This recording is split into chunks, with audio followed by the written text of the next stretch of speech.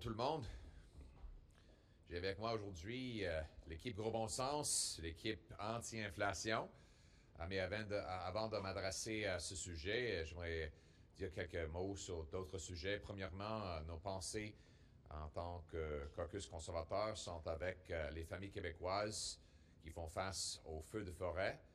Et j'annonce aujourd'hui que le Parti conservateur à la Chambre des communes va appuyer le gouvernement pour venir en aide aux Québécois et aux autres communautés à travers le pays qui sont touchées par les feux de forêt.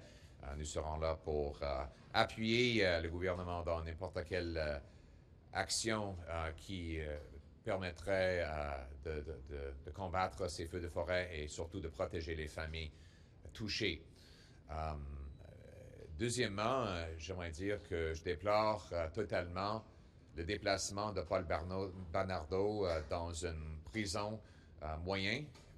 Il devrait rester dans une prison de sécurité maximum et nous revendiquons que le gouvernement revoie tous ses pouvoirs pour renverser cette décision ridicule et épouvantable. M. Bernardo est un monstre et il devrait rester dans une prison maximale.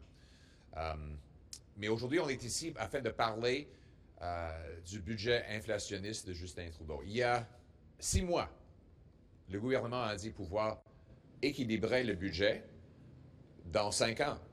Et maintenant, ils disent qu'ils ne vont jamais équilibrer le budget. Le gouvernement a annoncé une autre 60 milliards de dollars de dépenses et déficits inflationnistes. C'est sûr que ça va augmenter le coût de la vie de tout le monde. Même Mme Freeland a dit que les déficits mettent de gaz sur les feux inflationnistes. Des anciens ministres des Finances libéraux comme John Manley ont dit pareil, exactement la même chose, que les déficits ajoutent à l'inflation et ça augmente les taux d'intérêt. On a une crise potentielle qui va arriver en 2026-2027 quand toutes les hypothèques des Canadiens sont renouvelées.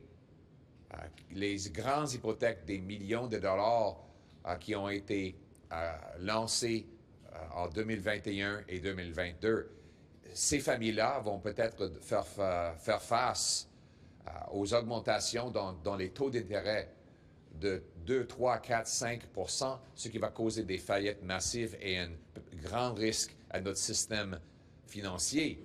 Seule chose qu'on peut faire en tant que gouvernement, c'est d'éliminer les déficits pour réduire l'inflation pour que la Banque du Canada n'ait plus besoin d'augmenter les taux d'intérêt et que les taux puissent être réduits.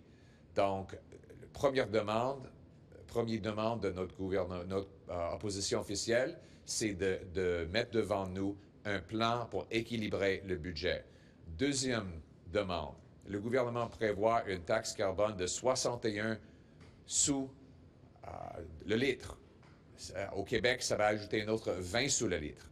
Les Canadiens ne peuvent plus payer.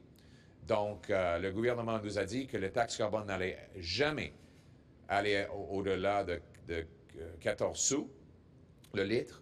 C'est un mensonge. On veut simplement rétablir le promesse que Justin Trudeau a fait en disant pas d'augmentation de taxe carbone. Les Canadiens ne peuvent plus payer le prix pour l'essence, chauffage et l'épicerie. Et nous allons faire n'importe quoi pour empêcher l'adoption de ce budget, à moins que ces conditions soient atteintes.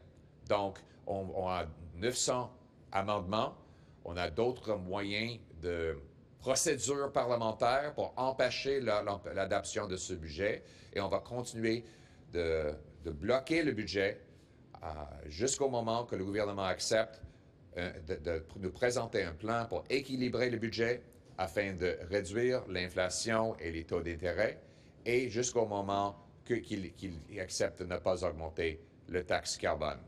Donc, nous sommes ici comme équipe de Gros Bon Sens, anti-inflation, pour rétablir des finances saines et responsables. Et c'est notre plan, c'est le Gros Bon Sens, c'est ce que nous allons faire.